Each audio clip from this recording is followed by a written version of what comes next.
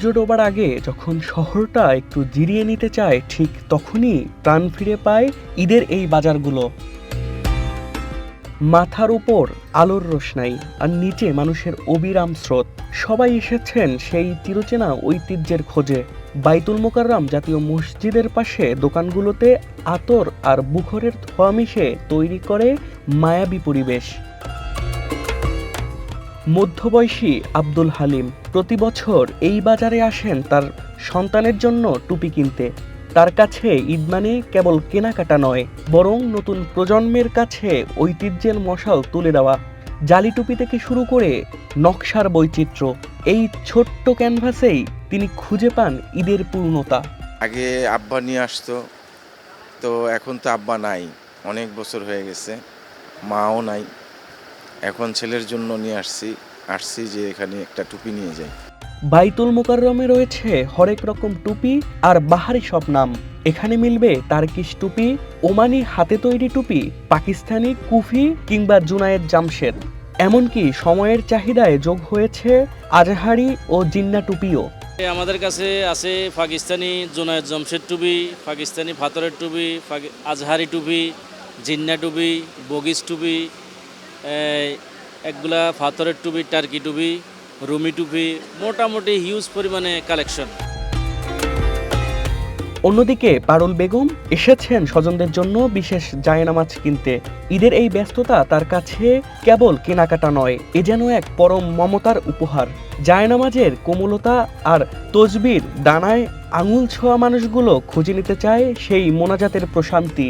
ঈদের দিনও নামাজ পড়া নামাজ পড়বো, আমার জন্য দোয়া করবো, এটা আমি গিফট দিতেছি নামাজ কিনা। এই ফিরে তারান্নুম এসেছে তার নানির হাত ধরে পুরো পরিবারের সাথে। সব কেনাকাটা শেষে এখন কিনছেন আতর আর পবিত্র কোরআন শরীফ।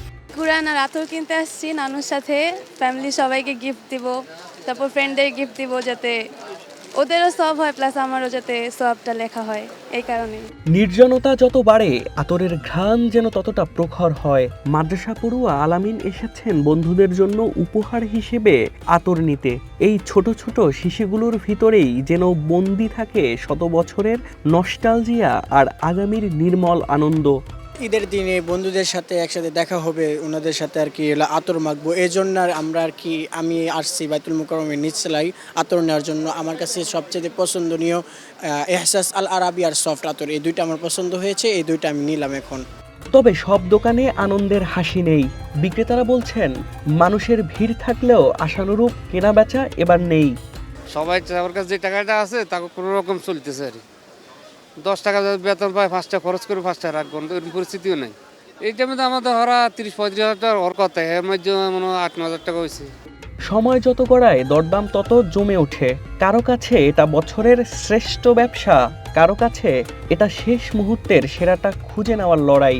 এই বৈপরীত্যের নামই বোধ হয় ঈদ।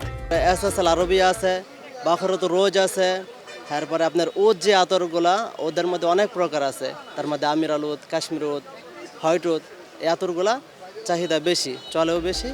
সময় ফুরবে, এই ভিড়ও একদিন মিলিয়ে যাবে, কিন্তু এই কেনাকাটা থেকে বাড়িতে বয়ে নেওয়া সেই ছোট্ট টুপি বা আতরের ঘ্রাণটাই রয়ে যাবে ঈদের আসল স্মৃতি হয়ে। শিফাতুল্লাহ, ওয়ান নিউজ, ঢাকা।